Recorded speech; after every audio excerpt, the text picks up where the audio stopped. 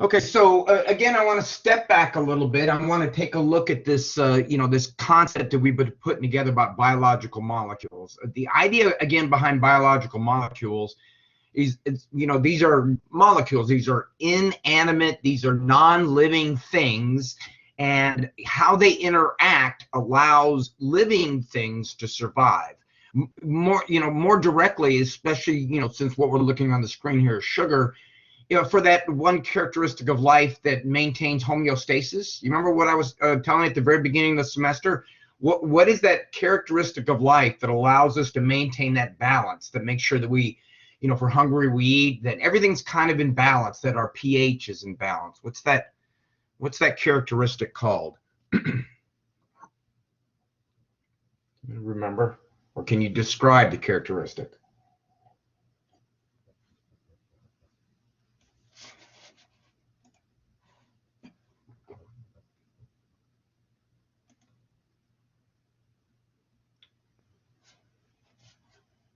Hello?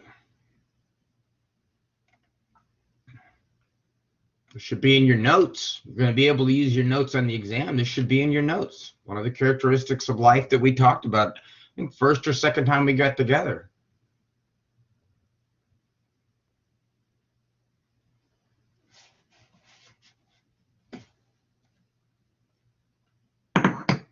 Yeah, there you go. That's fine. Don't worry about the spelling. I mean, if it, as long as it comes within the right thing, I understand what it means. That's not a big deal. And speaking of that, on the exam as well, I'm not a real stickler on spelling. I do expect it to be like on the essay exam or essay question. I do expect it to be in the ballpark, so that at least I can tell you knew what it was. You knew what the word was. You weren't just kind of throwing in some of the letters that you remember, right? So, but I usually won't knock you too hard on spelling. That's not the case with a lot of other professors, so make sure you always find out. All right, so I'm stepping back here to look at the carbohydrate molecule. And again, I'm talking about inanimate things that allow living things to be animated, to be alive. So here's a glucose molecule. There's two of them, right? And within the carbohydrates, these glucose molecules are example monomers, right? It's all about monomers creating polymers. Monomers linking together. What's that name of that process by which these two monomers are glucose and glucose? What's the name of the process that links them together?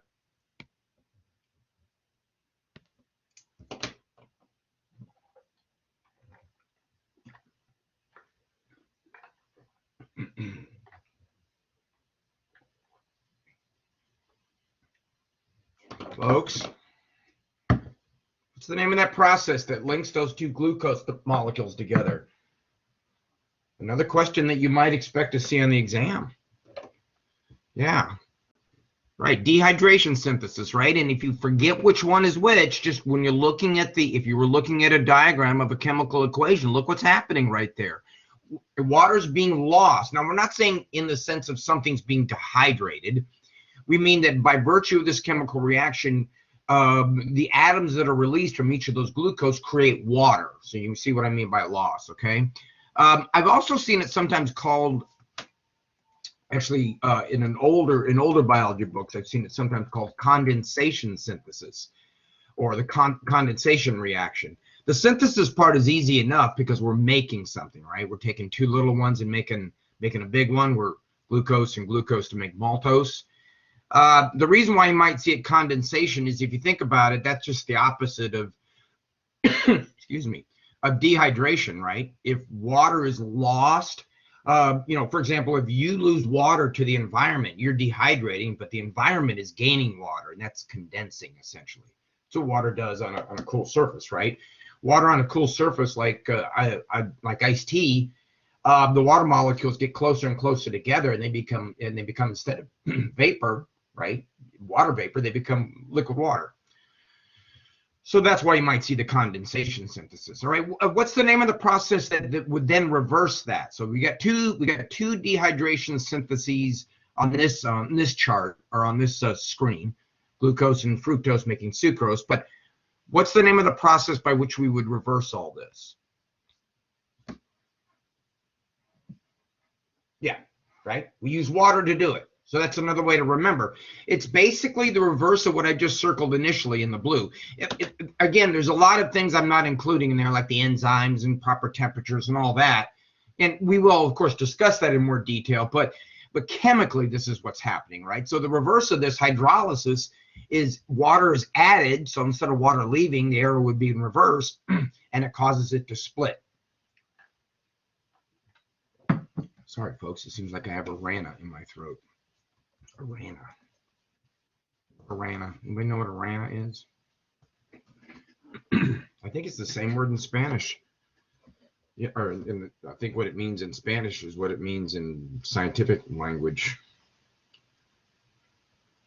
No, frogs. Arana is. Okay, so if we link a bunch of glucose monomers together, we make starch. And that only occurs in plants. You or animals store it as glycogen, which is, again, it's still the starch molecules. But remember, a lot of what we've been talking about in this chapter has been small little changes we even talked about in the last chapter that have profound effects on the molecule, right? So glycogen and starch aren't the same. Yeah, they're made of the same thing. They're both made up of these little these glucose monomers. And starch has the two varieties. They got the unbranched straight one, and then amylopectin, which is somewhat branched. Okay, glycogen is how these starch monomers are stored in animals, these starch monomers being glucose. Okay, so what we do when we digest things, when we eat food, we eat French fries or whatever we're eating this, right? It gets brought into our bodies. And the first thing that's going to happen in our bodies is we're going to take those polymers, those long chains of glucose, and we're going to start chopping them up through hydrolysis. Chop, chop, chop, chop, chop, chop, right? It's like chopping up fish or whatever you want to think, right? So we're going to start breaking these bonds. Chop, chop, chop. Now, some of these little, remember I said glucose, think of these as like energy nuggets. This is like one of those energy cubes that maybe you chew on that gives you some caffeine and some sugar. But think of this as like a nugget of energy. Nugget's not a great word, but you understand what I mean. Okay, so what your body is doing is it's using that starch, and it goes, I want them little nuggets, because the cell, when we talk about respiration, that's the nugget they need in order to do the process by which they actually allow us to obtain energy. You can't create energy, you can't destroy it. So I don't want to use the word make. But anyway, more on that later on. So those that are in excess, those little nuggets of energy that are in excess, of course, eventually enough of those in excess is what we see as fat. But before that occurs, we have sort of an intermediate stored version of those glucose monomers. Now, being animals, we can't do it as starch, but we do it as glycogen. And glycogen is again, the glucose monomers. It's kind of like amylopectin, only maybe more branched. And this is stored in your liver, and it's stored in your muscle tissues. And I think I used the analogy in class of money, right? I said the glucose nuggets were the money in your pocket. Like you're going to probably spend that today, or maybe your debit card. I can't remember the last time I had, coins in my pocket. Then the glycogen would then be, say, money in your checking account that you use to pay your bills, on a relatively frequent basis. And then, fats would be like your savings account. You tap into that only when you absolutely need it, right? If that analogy makes sense. In plant cells, though, I'm going to show you that in the next slide. Good. In plant cells, what they do with those glucose monomers, plants will learn in photosynthesis, they make the glucose, right? They're the ones that take sunlight energy and then use carbon dioxide, basically, and they create those glucose molecules. So some of them they use for their needs, because plants have energy needs too. That cell that you see in there still has to carry out metabolism. It's still alive. It still does all the things we do. But the excess, in one of the ways it stores the excess, is in a molecule known as cellulose. Now, not all of it is stored as cellulose, thank goodness, because I think you remember I told you in class, we cannot digest cellulose. Cellulose is in a form, again, that's that diversity of molecules thing again, folks. That's like just twisting them a little bit. All of a sudden, oh, you got this, we can eat starch, we can digest starch, we can make glycogen out of it, we can, extract the nuggets of energy. It's the same nuggets of energy in cellulose, But we, us animals, again, we can't do that. We can't break those apart. We don't have the proper things to break those apart, the proper enzymes. Now, cows can eat cellulose and extract energy from cellulose. They can eat grass. Now, we can eat vegetable material and some of it's cellulose, but we couldn't eat, you have to eat a lot of grass because a lot of that is cellulose. But cows can eat cellulose and they can actually pretty much survive on that because in their stomachs, and cows have 5 stomachs, they have a symbiotic bacteria. It's a cool word. Not bacteria. Well, maybe that is. What's symbiotic mean?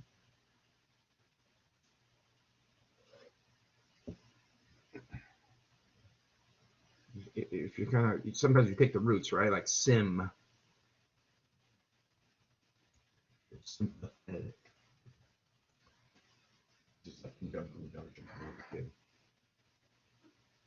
Okay, what's biotic?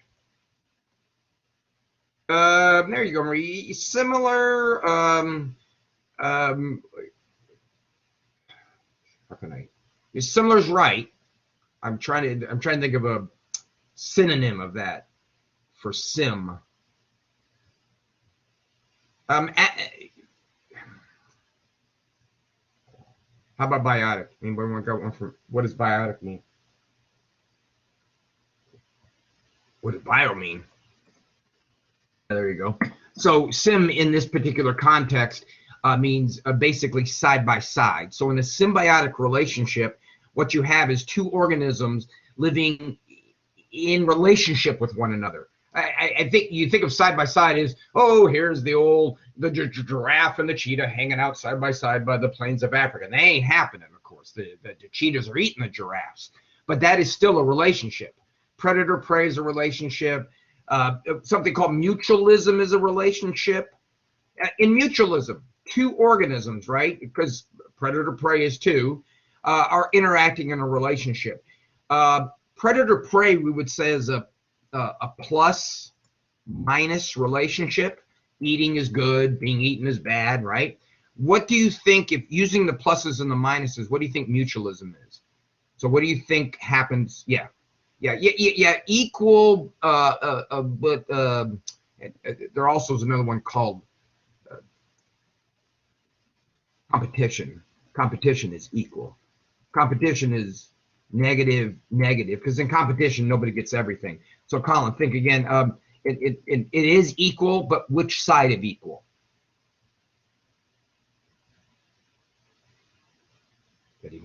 Yeah, there you go. Thank you. That's what I was looking for.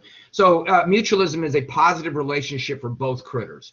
And it's kind of like you scratch my back, I'll scratch your back. And we both easily could name dozens of examples, right? We got the clownfish and the sea anemone right at the top of my head. Other ones, predator prey, competition, I said, is nobody gets everything, so it's negative for both. And then one that we're very familiar with in Florida, even if we don't know the name because we see it all the time, is something called commensalism. Now, in commensalism, the relationship is a plus and a 0. And what that means is one organism gains a benefit because of the relationship, and the other organism is not affected one way or the other. They're not helped, they're not hurt. So there's no negative, there's no positive. It's neutral, null, basically, a null response. Does anybody have an example of that one? You see it all the time here in Florida. Well, in other places. Actually, you see it all the time here in Florida, and one of them, the same critter doing it in Africa.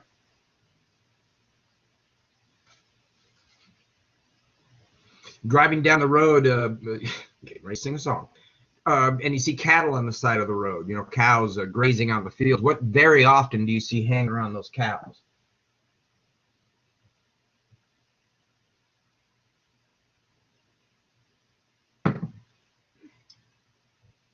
Yeah, right, those white birds. Those white birds, the ones we have in Florida, is basically 3 species, but one of the species is known as this, cattle egrets. Cattle egrets gain a benefit from the cows because as the cows walk around, they kick up insects, which the birds eat, right? But the cow doesn't care. The bird doesn't do anything bad to the cow, doesn't pick at it, doesn't eat its, young. It's not big enough to do that. So the cow says, yeah, I don't care. You're not helping me. You're not hurting me. It doesn't bother me that you're around. But there is a relationship. You know, it's kind of like, I love you, but you don't love me, right? So that's still a relationship. However dysfunctional, this was not a dysfunctional relationship. The reason why I said you see them in Africa too, if you ever watch the pictures of the wildebeest or the movies of the wildebeest moving around through the plains, you see the same birds. And the reason why is the egrets we have in Florida, that's where they came from. They came from that. They flew over the Atlantic to Africa. Long flight. In the stomachs of cows, so going back to cellulose, what there is a symbiotic bacteria, and that symbiotic bacteria breaks the bonds for the cow. Now, it doesn't do it because it's being nice to the cow. Guess what? That symbiotic bacteria also needs energy, but it doesn't need all the energy that the cow consumes. In other words, there's an excess again. So guess who gets the excess? So it's, this bacteria is what's doing the chopping here. And then once these are chopped up, then we're good to go, man. These are nuggets of energy. So the bacteria says, oh, I need, you know, my bacteria ain't very big. And there's a lot of them, but whatever. So I need this. Where's the rest of those ones that are being chopped up go? Who gets those?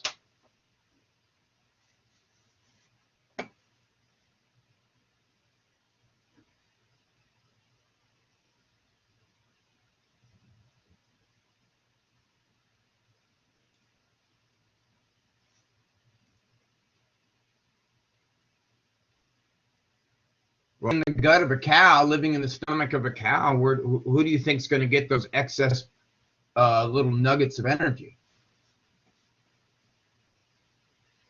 Sure.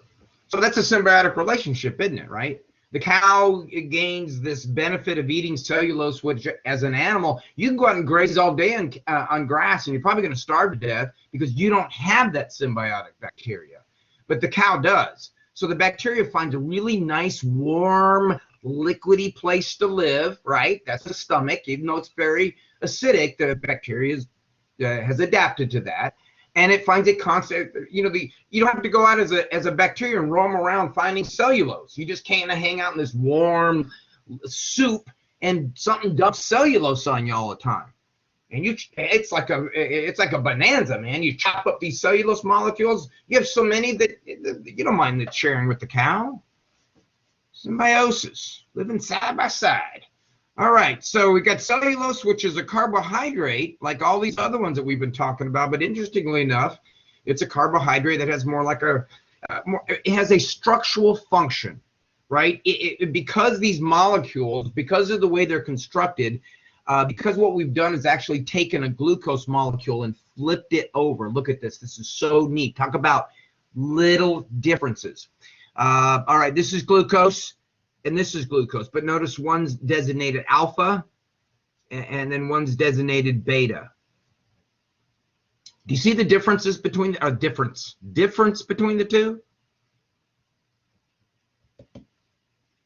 What's the difference between alpha and beta glucose? And notice the arrows there tell you that the linear form can switch back and forth between these. That's what that means. What's the difference between those two glucose?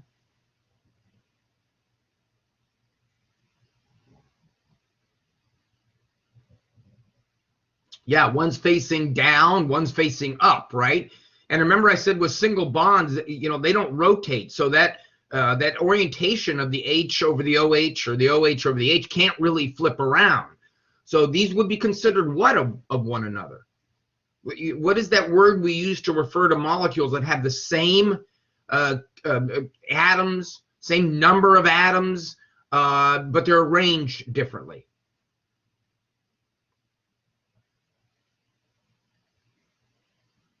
Another good thing to know for an exam, right?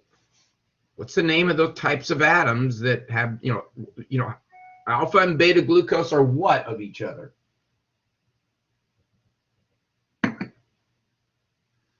No, not mirror images. You're in the right ballpark though, Amber. Not mirror images. It's one of those three that we talked about. What are the other two? If you're thinking, oh gosh, is it that? Remember, one of them had a double bond. I don't see any double bonds here.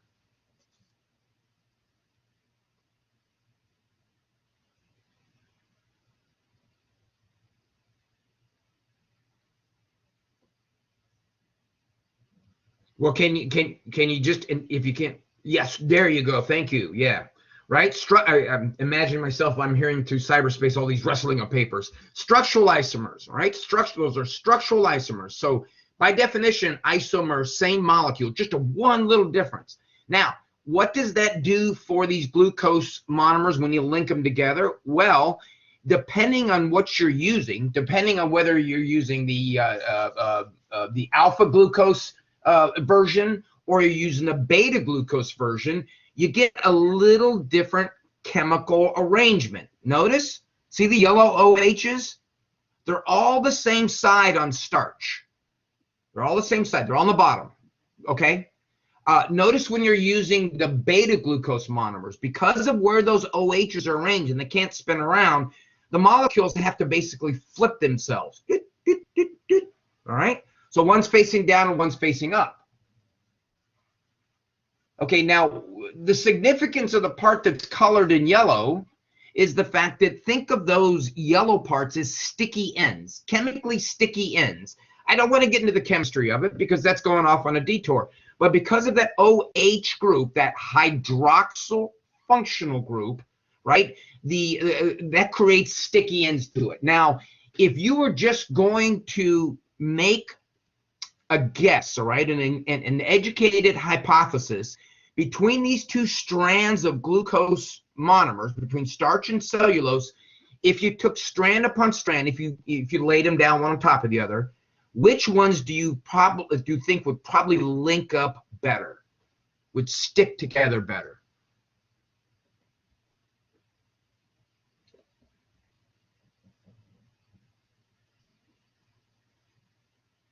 And you know what? Let me add one more thing before this might help you. Those OH ends are sticky, and when they're close to one another, they're even doubly sticky.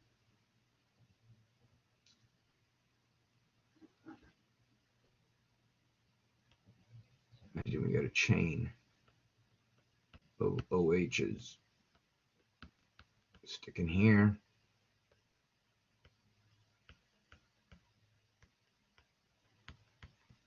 There's one sticking up on this side because they're alternating. Which one is then stickier? That one or the starch one?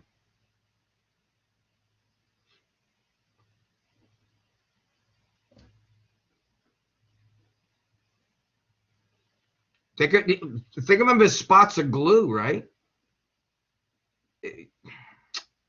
I think I see why. Well, I'm hoping this is why, and it's not just y'all falling asleep, but I think I see why I'm confusing you. I'm seeing the answer and not getting it across to you the right way.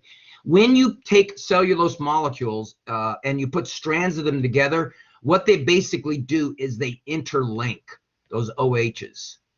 If you were to take a bunch of starch molecules and link those together, they would glue themselves something like that. Okay, now, which one do you think is stronger? The cellulose molecules struck together in sort of those branching glue points, or the ones that are glued together straight? Good. Did that help? Is that a good analogy? Because I just came up with that. Great. I have to remember that. All right, good deal. So you see why cellulose sticks together so well. So and that makes the cell walls of plant cells. Plants don't have a skeleton. They need something to stand up against the force of gravity.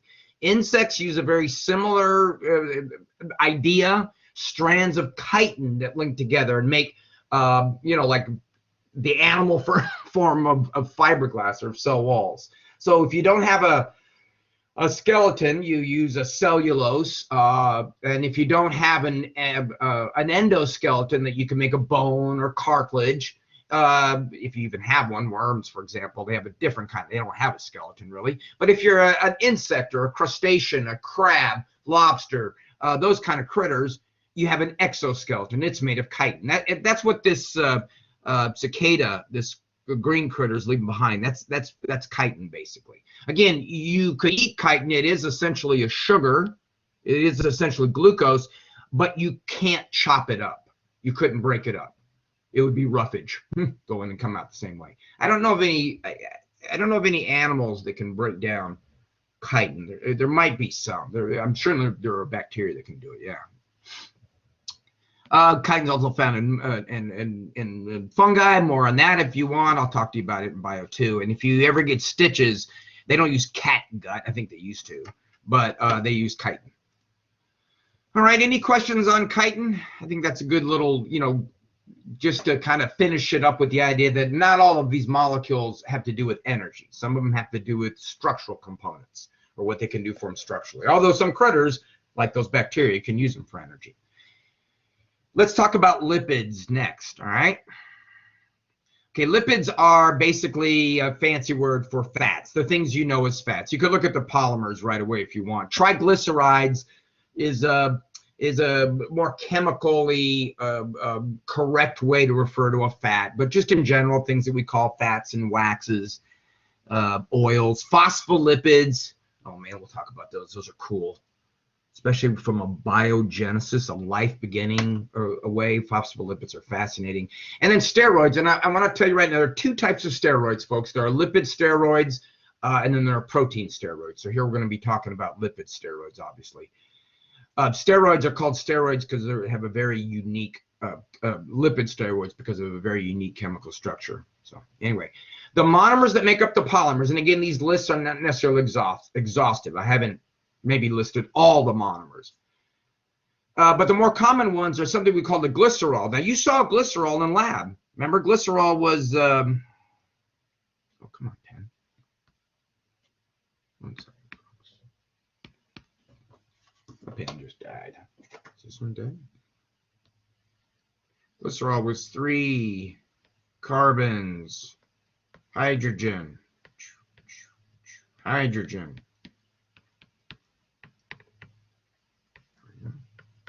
And then these 3 functional groups. What were those functional groups? What functional groups am I drawing? That's glycerol. What's the name of these? Right there.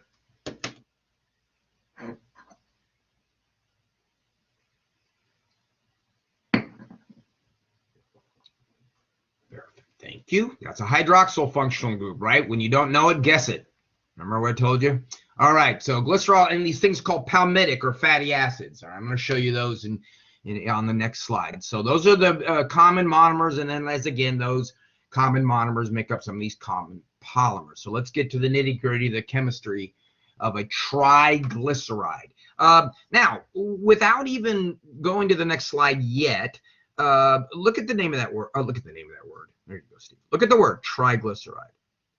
What does that tell you about what we're going to be looking at? What's that tell you about that polymer, triglyceride?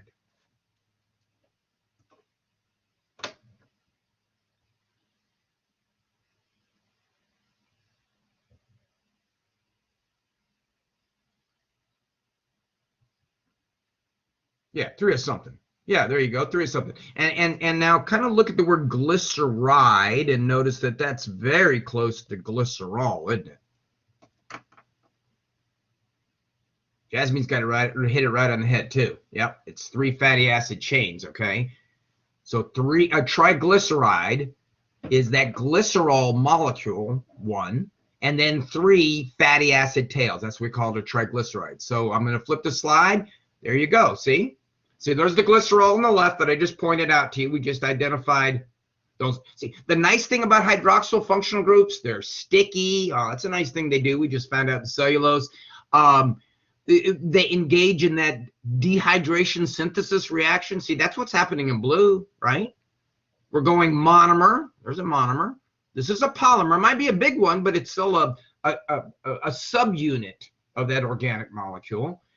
And if you do that reaction that you see right there, these fatty acids, palmitic acids, if you do it once, twice, 3 times, because you can, you got 3 OH groups, guess what you get?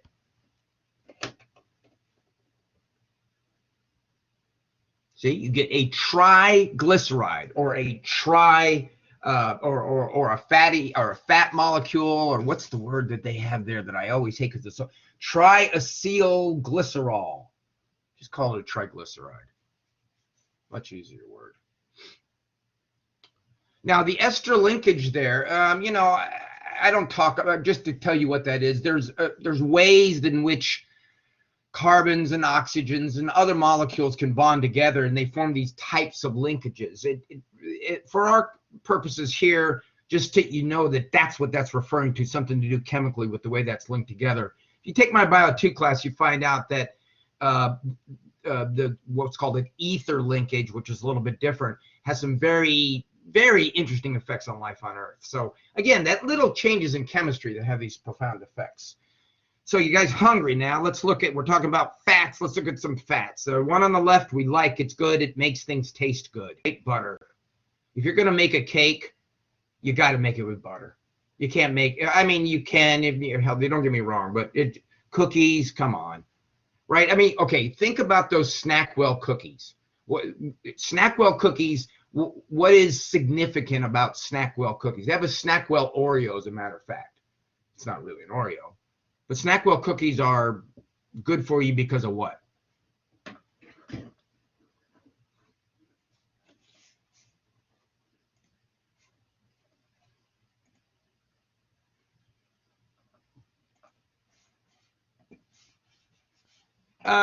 Well, yeah, probably don't. No, they don't have any of that. But I mean, they don't have any fat. You know, and why did they taste so less pleasant, let's say, than an Oreo? Nothing beats a double stuffed or a triple. Oh man, especially those ones they dip in the white chocolate. Oof. Anyway, what? Why are those so good? What do they have a lot of, which we ain't supposed to eat? Oh yes, they do. Tons of it.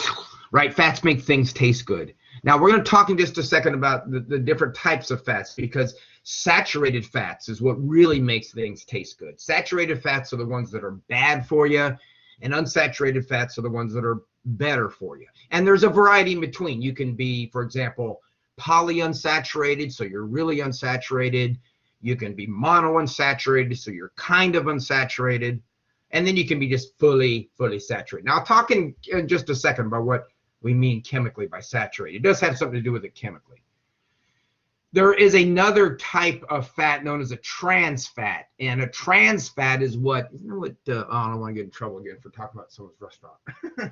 No, frying French fries in trans fats makes them taste really good. And they're really bad for you. A trans fat is when they take an unsaturated fat, a good or better one, and turn it into a saturated fat. And for some reason, in the process by which they do that, they actually make it worse than a naturally saturated fat. All right. Now, before we leave this page, I want you to look at the picture of the unsaturated fat. I want you to look at the space filling model and the structural model or the structural formula. Tell me why that last fatty acid is bending. Oh man, it says it. Shoot. Try to erase it. Okay, so why did what?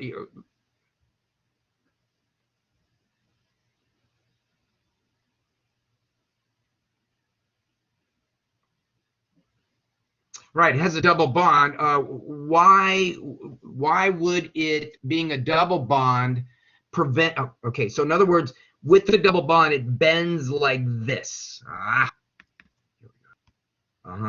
What would stop it from spinning around and bending back the other way? So in other words, the bend must be important, or it wouldn't be in there. What about that double bond stops that?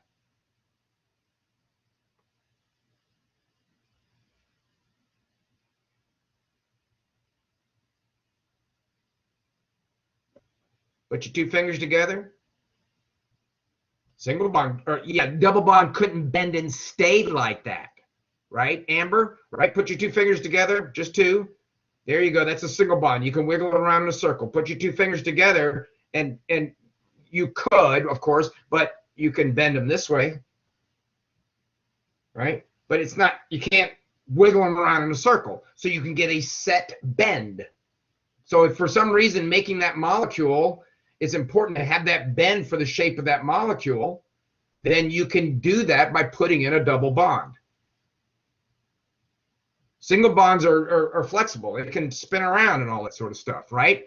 They can't bend as much, but they can spin around. All right. Any questions on that? So saturated fats are better tasting, but they are bad for you. Unsaturated fats are the ones that are better for you. What does it mean chemically for them to be saturated or unsaturated?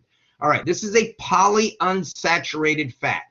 What we're talking about when we mention saturation, saturation means that the fat contains, I'm typing this, all the hydrogen atoms it can. Read that for a second. Saturated fats, saturated with hydrogen atoms.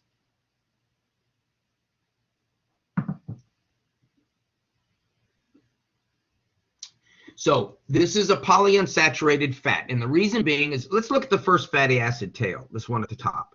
Now, this right here, that's that ester linkage. So don't look at that. Look at just at the palmitic tail, the fatty acid tail. Notice that each carbon atom has 4 bonds around it, right? Each one, boom, boom, 4, 4, all the way down the chain. So you know that those carbon, excuse me, those carbon atoms are full. 2 electrons per bond, 8 electrons, and that carbon outer shell, that valence shell, is full. The same for the hydrogens, because they only have the atomic number 1, right? So they only make 1 bond. That's the carbon. Remember, the carbon's got 4 places to attach things to. That's why it's so versatile. So notice that's that fatty acid tail. Now, if all the fatty acid tails, if the other 2, right, 1, 2, 3, if the other fatty acid tails look like that, then we would say it was a saturated fat. When you remove hydrogens, like has been done in the second and the third tails, I'm indicating that with a red line, because here's what happened. I'm using my voice. Here's what's happening. Here's how you turn saturated into unsaturated. So I'm going to say this is the rest of the molecule, glycerol and all that stuff. Okay, and that's going to be the rest of that molecule. All right, so can I erase just a little bit? Oh, man.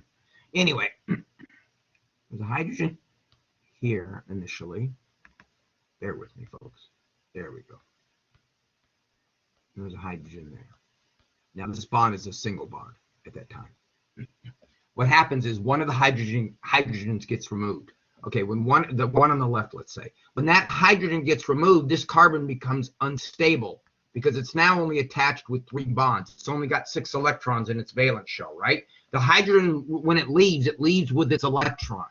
So now that carbon atom is unstable. So what it does is it shares another pair of electrons with the carbon next to it. But the carbon next to it has a hydrogen. And if you left that hydrogen on, you would violate something. How many bonds does that second carbon I just wrote, how many bonds do you see there? I know one's real squiggly, but how many bonds?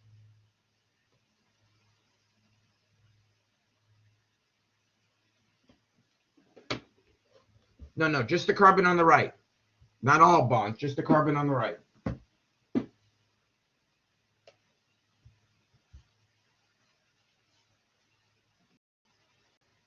Look again, Gavin. Notice one's a double bond. Yeah, there's 5, right? There's 5 bonds. So this says, in theory, how many electrons are in the outer shell of carbon, of that carbon atom. As it looks right there on the screen, how many electrons are in the outer shell?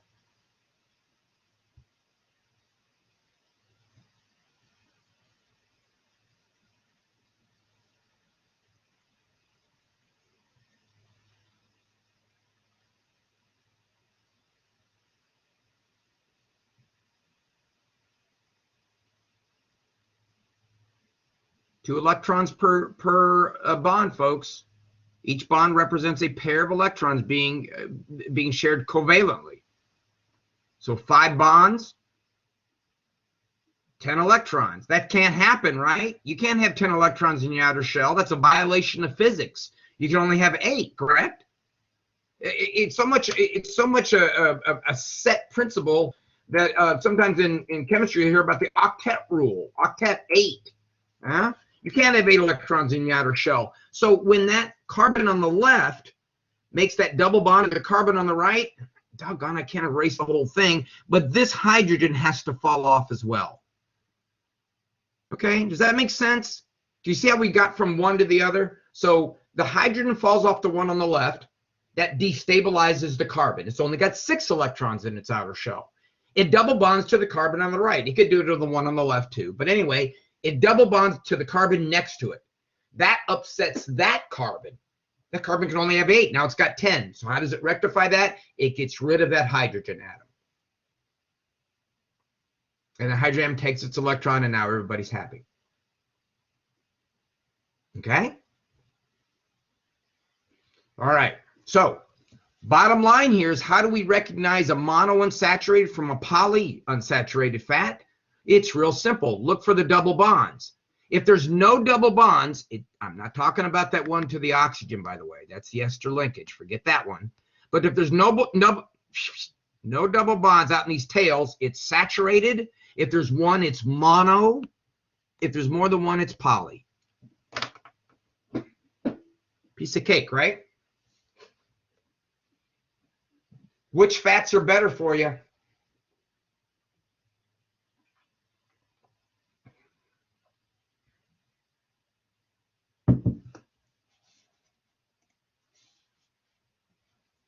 How are you going to remember that? How are you going to do a little associative thinking and remember that? So on the exam, if I say that again, you're going to remember, oh, it's this one versus this one. One of the ways of learning material is sometimes to do a little associative thinking about it. We always want too much of something, right? We always want too much fat. We've just been talking about it. So think about it as having too much of something is usually considered bad. Saturated is having too much of something. Okay? Try to do that with other classes, and as you move on, try to do that associative learning. Like I lived by mnemonic devices. I showed you that one for metric system, right? I had tons of those. If you need a mnemonic device for something in a class, and come to me, I'm good at making up good mnemonic devices. All right. Okay, so here's another fat, but here's an interesting fat because we've monkeyed with it a little bit again, right? Let me show you where we are so you're familiar. Here's the glycerol. Here's the fatty acid tails. There's 2 of them. There's not 3, so you're not seeing things. There's only 2 in this one. One of them has a double bond, so it gets this special little bend to it. Okay? But what's happened to the third fatty acid tail? Let me erase. Well, the third fatty acid tail has been replaced by a group of atoms collectively we know as a phosphate, right? That's one of your functional groups, by the way. There's a phosphate. And then a group of atoms we call not a choline, remember, it's called a choline. They look like that. Okay. Again, it's not a chemistry class. We're not going to fixate ourselves with the chemical aspects of all of that. But let's look at what those changes have done to the overall molecule. But let's step back for just a moment and think about something, sort of something we bring with us already to the table to be able to, analyze this. Oils and water, do they mix? It's not a trick question. Right? Do they mix? No, they don't mix, right? They repel one another. All right, so you remember when we were talking about molecules back in, I don't know, chapter 2 or 3, I can't remember. I introduced you to these words hydrophobic and hydrophilic. Do you remember those words? Do you remember what they meant? Like hydro, what's hydro mean? Do you know what they mean, Sadie, or anybody else? Hydrophobic, hydrophilic, or hydro?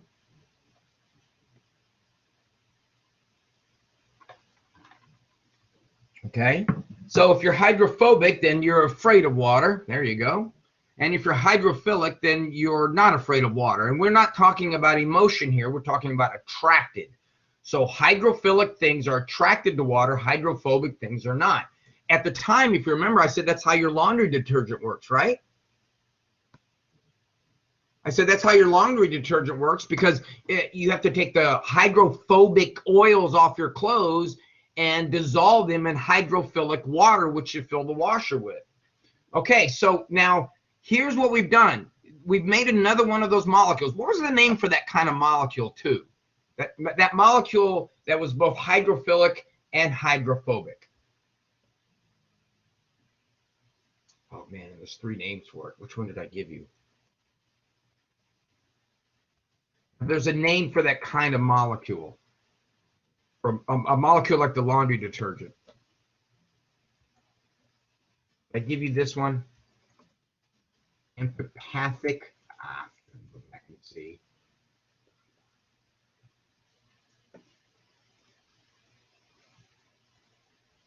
Thank you.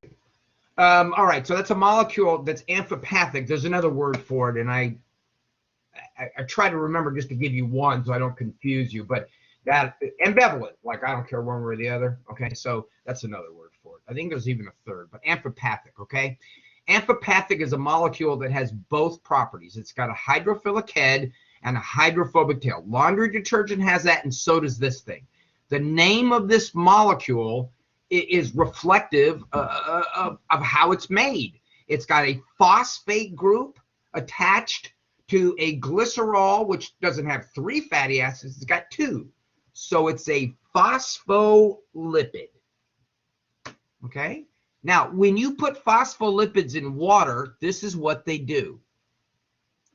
You see what I'm pointing out? The hydrophilic heads are attracted, the blue is the water, to the water, and the hydrophobic tails turn in on themselves, and they make what we call a phospholipid 2 layers, bilayer. Phospholipid bilayer. Now, if you're sitting there, wow, what is it? Wait, hold on, I'm not done yet. This is because if you think about it, you get excited about this kind of stuff. We live in a 3-dimensional world, don't we? And I'm not a real good visualizer, so this may not even be helpful for you, but I'm trying to help. Take that phospholipid bilayer and imagine what it would look like if you dropped it into a beaker of water, where water is around all sides. I mean, you know, what happens on these sides? In other words, how would I have to modify this picture to make it look like what would happen if I really could, or if I really did, and you can, drop phospholipids into a bucket of water? Or beaker water, what would they form?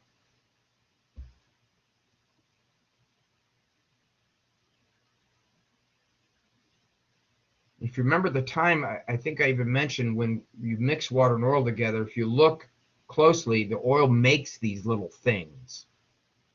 It makes these little shapes or structures. That's why it's not dissolving in the water, it's just basically being repelled by it.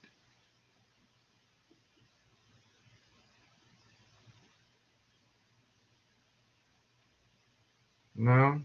Too early in the morning?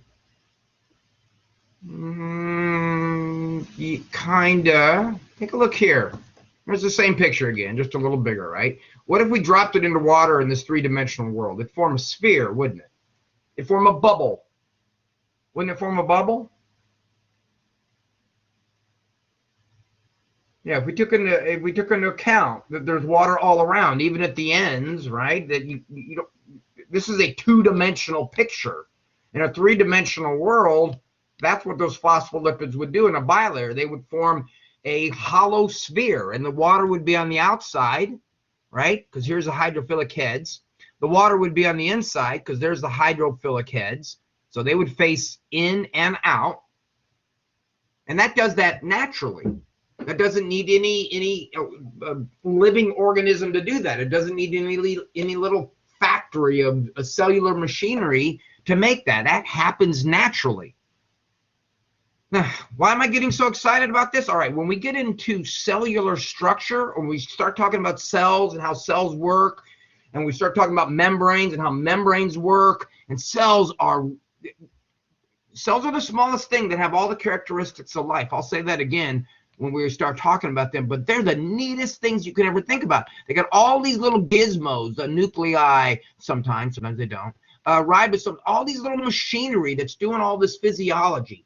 And you're full of, what about 1 trillion cells? And all of them are doing their little thing, and all of that collectively is you, okay? In order to make a cell be able to survive, it's got to have an inside and an outside to it. In other words, it's got to have a way to bring what it wants or needs across the membrane, oxygen, food, right, glucose, those little nuggets, and a way to get rid of waste products, things it wants to secrete, eventually, in our case, like through our kidneys and bladder, or certain cells might actually make something like a hormone or something like that, that it needs to circulate throughout the body to maintain some homeostasis, right? But cells have to have a membrane, all right? They have to have an in and an out.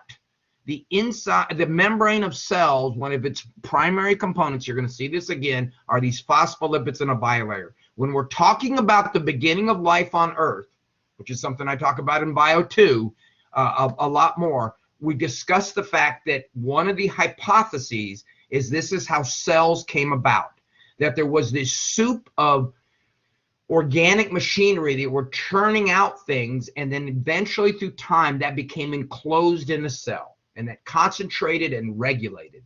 And the idea, the theory is that from that point forward, life just, continued to roll. And that was one of the major components of the evolution of life on Earth. I'm leaving out a lot, obviously, and there's a lot that's actually left out in all honesty, but it is a very interesting theory to think about. Theory to think about. Say that 3 times real fast. Everybody with me still? How are we? We doing good? Let's see, where are we? Yeah, we'll get into proteins today. Good. We're moving right along. Anybody got any questions for me? Biogenesis. How did it all start? Good stuff about that. All right. Okay, so this is a lipid steroid. Remember I said steroids can be proteins or lipids. This is a lipid steroid. And by now, I'm hoping you're very familiar, or at least somewhat familiar, with the chemical shorthand of the drawing, right? If it's not indicated, it's a carbon.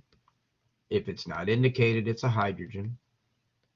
And of course, all of these, these 6-sided objects, 1, 2, 3, and this 4th one, which is what, 5 sides? Yeah, pentagon shaped.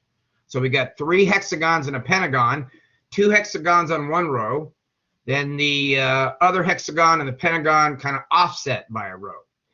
Any lipid steroid, this is a particular, what you're looking at in this picture, this is a particular lipid steroid. But any lipid steroid out there, no matter what their name is, all lipid steroids are classified based on having these 4 rings. 1, 2, 3, 4 in that arrangement. 1, 2, 3, 4. Any lipid steroid. Any lipid steroid. So look, here's some. Prednisone. Prednisone is a lipid steroid. What's prednisone used for?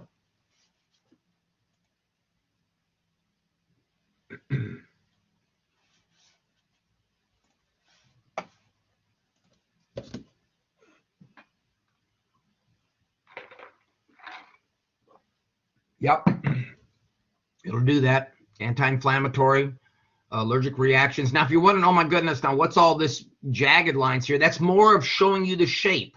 The CH3 with the triangles coming out at you, the hydrogen with the dashed triangles going into the page, right? Androsterone, one of the components perhaps of pheromones. Pheromones are external hormones, kind of. They're ways that animals signify things to each other through chemical release of chemicals.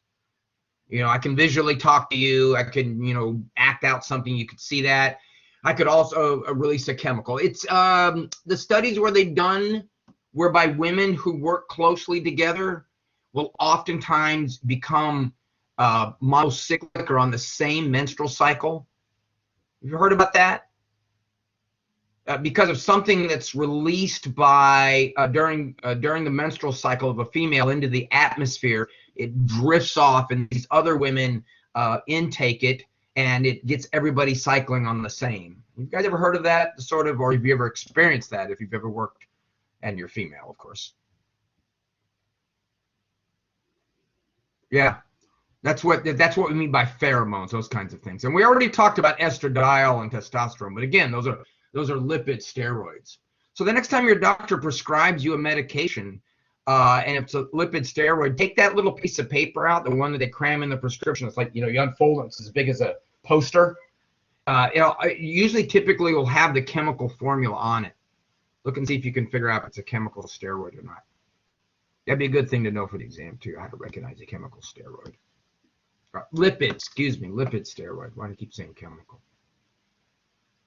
All right, any questions on lipids before we get into proteins? Where are we at? 9:30. Oh, okay. We got 20 more minutes. We might actually make it through proteins. Let's see. I don't want to rush. No, we might not. We'll see. Any questions about lipids? Anything else that we need to talk about before we go on? We got one more group of organic molecules to go over. So we've gone over, two more groups. Excuse me. We won't finish today, but we will finish earlier on Monday, so we do have time for review. We've talked about the carbohydrates. We've talked about the lipids. We're now going to talk about a really interesting group. See, carbohydrates and lipids in organisms, for the most part, except for a couple of the examples that we talked about, are energy molecules. Carbohydrates, immediate energy, fats, long-term energy. The fats also have structural components that perform a function, like blubber around whales and cetaceans keeps them warm because they oftentimes live in cold climates. All right, so but it's also a food source too.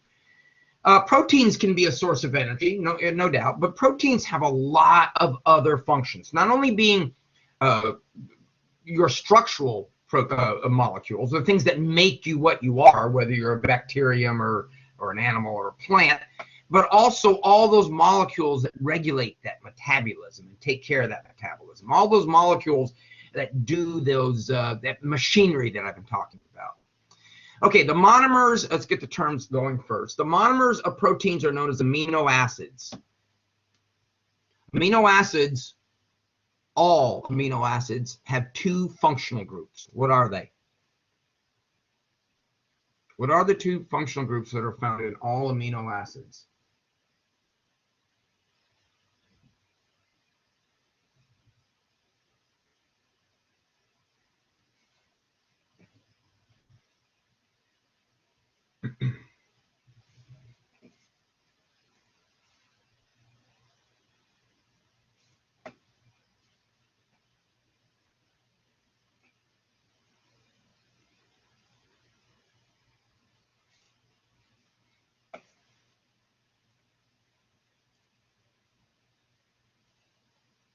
Remember we talked about it in lab. I said that the nice thing about it is the word amino acid essentially tells you.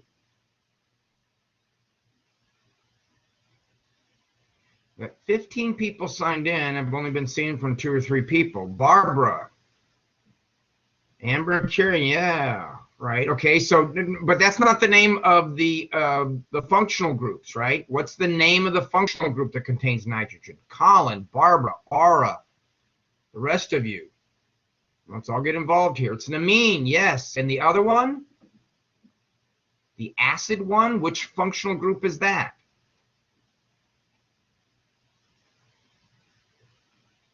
There you go. A carboxyl or a carboxylic acid.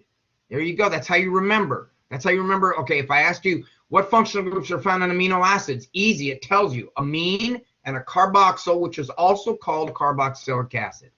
Now, the polymers, I'm not even going to flood your mind with all the different types of polymers there are proteins. I don't know. There are thousands of them, right? But what I do want you to keep in mind, and this is one of those space-filling models again, and the different colors are different atoms. Like you can see there's oxygen. I think in here the purple is carbon. The gray are hydrogens or even some sulfur. But anyway, I want you to remember this. We already wrote it down on our notes. I want you to remember you wrote it down in your notes, and I want you to think about that when you think about proteins always. The most important thing about a protein is its shape. It may not look like a shape to us. It may look like nothing more than a glob like you see in that picture there, hence the term globular proteins. But the shape of that glob is extremely important for nature. Not only because proteins are necessary to, you got to have the right shaped brick to make a building, right? You got to have the right shaped piece of wood to construct something. So not only because of the way you need to put things together, But as we go through and talk about metabolism and how enzymes drive reactions and how living reactions occur and living organisms do all this metabolic process, we're going to talk about molecules, specific molecules getting together. Molecule A and molecule B. Now, when you're in the chemistry lab, you simply add them to the beaker. You take A and you take B and boom, it's done. How does that happen in that liquid interfilling of your cells? You know, that thing that's surrounded by that lipid bilayer we were just talking about. How do these molecules, first of all, how do they even find one another? And if they find one another, how do they know that they need to interact? They're molecules, right? They can't think. Think about that for a second.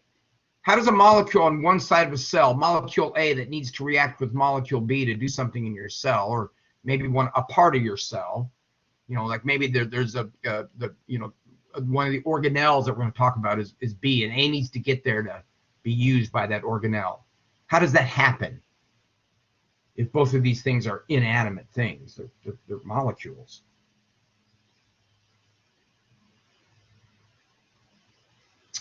They can sometimes be attracted by their charges. That's right. Yep, Sadie, that's exactly right. Let's assume they're not charged.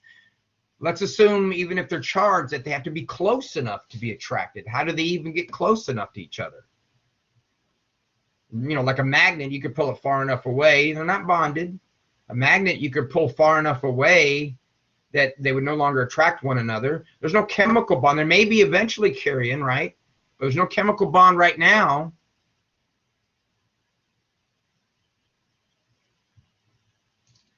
What if we look in a cell and we can see the molecules and they're all moving around and they're all randomly moving around, randomly, bouncing around off each other. That's what these little squiggle things in my best cartoonist ability are trying to show. These molecules are bouncing, just like if you had a bunch of BBs in a boxcar. Just if you had like a bunch of BBs in a box and you're shaking them, they were bouncing around. What would determine how one BB got close enough to touch another one? And I'm shaking them around in a box. Maybe I got 1,000 BBs in there and there's one blue one and one red one. What decides whether the blue one or the red one come in contact? Is it me somehow shaking the box in the right way? Is it holding my tongue the right way? What determines how you win the lotto?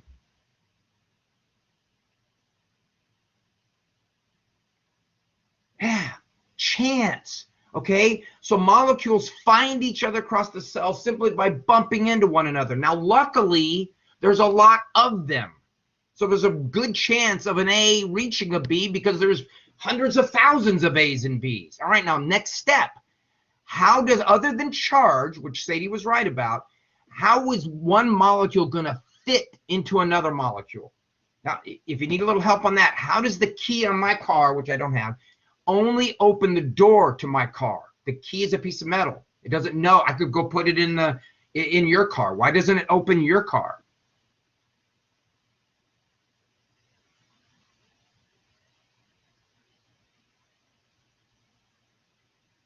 There you go, right? And how are they built specifically from one another, Colin? By shape, right? My key is car. That's why you take it to Home Depot and they do, he grinds it out. There's a shape to my key. So when I put that shape into the lock on your car, it pushes the tumblers in the right direction so I can turn the lock. That's how a key works. Same exact ways that proteins work. So whatever globular shape they have, that shape is very specific. Like in that picture there, it might be very specific for a molecule that it needs to change, modify, break apart, whatever it needs to do. It may be a molecule that kind of fits right in there, you see? It's actually called, when we get into enzymes in a couple of chapters, it's actually called a lock and key arrangement. That's how these molecules, not just proteins, not just two proteins, but a protein and a glucose, a protein and other molecules. It's shapes for them, okay? Shape, shape, shape, shape, shape. All right, so this is all in your book. So, I'm going to go through it, but go through it again. So we have different kinds of proteins. We have enzymatic proteins. Now, we're going to talk a lot more about how enzymes work. But enzymes work by having the right shape. Look at this enzyme. If you don't recognize what that is, that's sucrose. Glucose and a fructose. What's what it done? It's broken them apart. Why? Because the part of your cell that is responsible for converting energy needs these things. It can't use the thing together. It has to break. It has to undergo hydrolysis. There it is. Defensive proteins. How do antibodies know it's a bad virus? How do they know it's a bacterium? How do they know that it's something that they're supposed to kill, supposed to destroy to keep you healthy? They don't talk, hey, you're supposed to be here. There's no verbal communication. So what's the only way an antibody, which is a protein, by the way, what's the only way it, we say it recognizes that virus or that bacterium? The same reason you get an immunization. In immunization, they give you antibodies in many cases, or they give you actually the virus, and your body builds the antibodies. But how does an antibody, regardless of where you got it, how does it know that that's the virus to attack?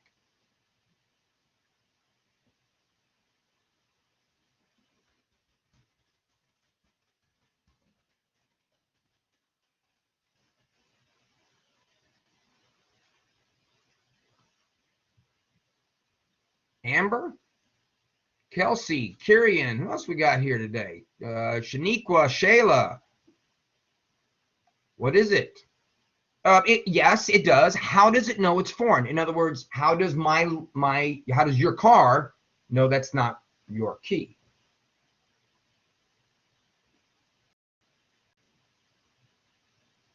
Right, different make, right? The key is the keys are made differently. Is that what you meant? The keys are shaped differently. There you go. Shape, shape, shape. That's how an antibody recognizes a virus. Antibodies for a particular virus, which your body creates, or as I said, you get some when you're first born from your mom.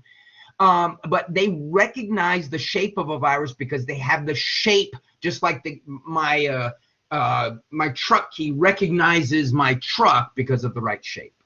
See? Shape. Storage proteins, the white of an egg, albumin, that is a pure form of protein. Now we can eat that egg, and we can take that long, big protein that the albumin is. It's massive. These are massive proteins, full of hundreds of amino acids, right? Full of hundreds of monomers, thousands of monomers, and we can break them apart. And people say, well, is it okay to eat chicken protein? It don't matter what kind of protein you eat, folks. You're not a chicken. So you're not concerned about it being chicken or human protein. What you're trying to get at in the protein is the monomer again. You just want the amino acids, because you're going to take those amino acids, and guess what you're going to do? You're going to use them to build things with. You're going to build enzymatic protein. You're going to build defensive proteins, transport proteins. So storage proteins in the egg, though, what's it doing for the creature developing in the egg? Well, the little chicken developing in the egg needs amino acids to build chicken parts. So these amino acids are the bricks, and it's sticking them together. Now, just as a refresher, in the little developing chicken embryo, what's the name of the process by which the chicken embryos are putting those amino acids together?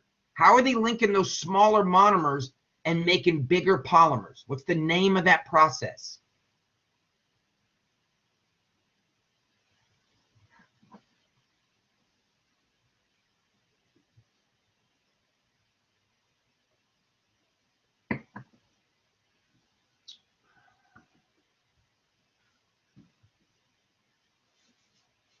Go, Sadie. Dehydration synthesis, right? So that's what's happening there. Dehydration synthesis. We're linking those amino acids together. There are also really cool kinds of proteins on your cellular membrane. More about that in the cell membrane chapter that we talk about. But that phospholipid bilayer that we just learned about doesn't let everything through. Okay? And it many times only lets things through in one direction.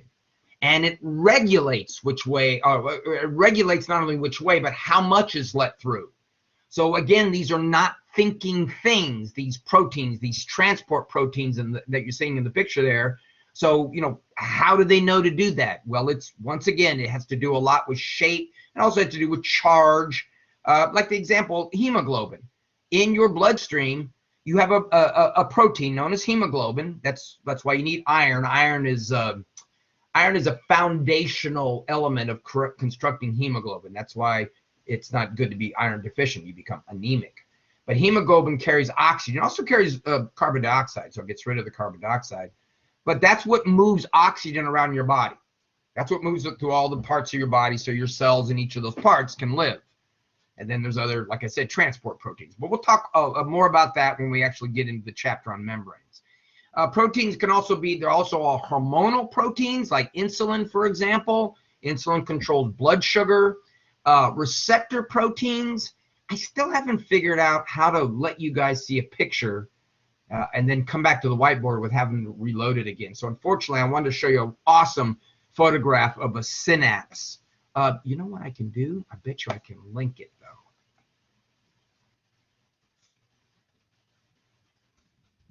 Look on that link. Look at the synapse. A synapse is that little tiny area between two adjacent neurons or nerve cells. All right, and it's actually open between the two. And what you're seeing in the light or the golden color there, can you see it actually? Can you all see it, by the way? Before I keep talking, thinking you can. Yeah, cool. Anybody else? Sadie, Colin, you guys? Okay, good. So what you're looking at there is the ends of two nerve cells or the end of one and the beginning of the other. And what you're seeing in the stripes there is that's the transmission of an electrical signal. So that's like, oh, watch out when you're driving down the road, or like, there's a bear, or wow, I'm hungry. So that information is electrically transmitted across that synapse. They're really, really, really close to one another. And the message that gets sent across is something called a signaling molecule. And the signaling molecule is like mail being delivered. Well, the mailman has to have the address to know where the mail goes. So on the receiving nervous cell, or sometimes it's a muscle cell, if you get the muscles to twitch, you have a receptor protein. Now, what do you think is the relationship between the signaling protein and the receptor protein versus in terms of how they recognize one another? How does the receptor protein know that that's a signaling protein? Know, in quotes. They can't know. They don't know they know. Bingo. Take AMP, you'll learn about actin and myosin. This is how your muscles work. Your muscles get shorter. You can never expand, or you never push with your muscles, you only pull. And actin and myosin are two proteins that actually work together kind of like a ratchet does, and they ratchet. So myosin actually pulls against the actin. Let's see if I can do this without really making a horrible picture. And if your muscle is being contracted, then what you would see in this picture is the actin filaments would actually start overlaying one another, right? So they would shorten. These would shorten. They're actually a little wider than you see the myosin filaments. So the myosin filaments are the mechanical thing that are pulling. I wish I could do something convenient with my fingers to show it, but so if this is the actin filament, you see my arm? The myosin is grabbing it here, going doot, doot, and it's moving it along. And so it's making those two filaments shorter. That's how your muscles work. And then structural proteins, right? Like collagen. Oh man, I was reading this interesting paper about collagen. Collagen, again, is not a living thing, but collagen is a very special type of protein. And the paper was discussing how important collagen was to animals. And again, this is bio too, but briefly, when we moved from single-celled critters to multi-celled critters, there had to be a way to glue us together, to glue those cells together, and that's what collagen was doing. Where am I? 46. Where am I here? Okay, let's do these last two slides. Yeah, let's do these last two slides and we'll call it a day. It'd be a good place to stop. Okay, you've already told me this. You told me that any amino acid has an amine group and a carboxyl group, or a carboxylic acid group. All amino acids have an alpha carbon. They have a hydrogen. There are 20 different amino acids. They differ here. There's no R. It's kind of like when we were looking at the geometric isomers, the cis and trans isomers, they're called now. There's no element X. So over the next 2 pages, All the part in the purple. Now, the reason why it looks a little bit different is because this is the way it would exist in an aqueous environment, a water environment. So amino acids are normally found in a water environment, but this is still the amine group. This is still the carboxylic. Where they differ, get rid of my scribble, is in the yellow. See, glycine has got a hydrogen. Alanine's got a CH3. Valine has got a CH3, a couple of them, and then a CH. Phenylalanine's got a ring. Tryptophan's got 2 of them. Some of them are hydrophilic because they have polar side chains. Some of them are hydrophobic because they have nonpolar side chains. Remember, those words are equivalent. Nonpolar equals hydrophobic. Hydrophilic equals polar. Some have electrically charged side chains. Those are also hydrophilic. Anytime something's charged, it's hydrophilic. What am I showing you here? And then we'll go ahead and wrap it up right there. Well, I'm trying to show you that if you're trying to make the shape of something important, and the shape of a protein, as I said, is very, very important, what you've got here is different lengths, different monomers, different kinds of bricks. You've got bricks that would be attracted to water. You've got bricks that will be repelled by water. You've got bricks that are longer, shorter than each other. It's like Legos, man. What you can do is build different structures out of this. Because these nonpolar side chains or the polar side chains or these electrically charged side chains of all these amino acids, that's why they're all amino acids, have those 2 groups, right? Because of those side chains, because of those properties, hydrophobic, hydrophilic, electrically charged, these things can act as acids, they can act as bases, they can be proton donors, proton acceptors.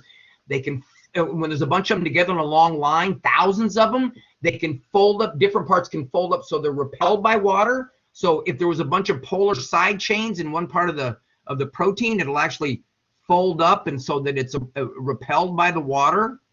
Other parts would be on the outside because they would be attracted to the water, the hydrophilic ones, right? So imagine a lot of these together with different kinds of sticky points and repelling points. And you know, you put them together and it folds its way up into a glob, but it's still a shape, even if it's a glob. Whew. All right, so we'll finish up proteins Monday morning.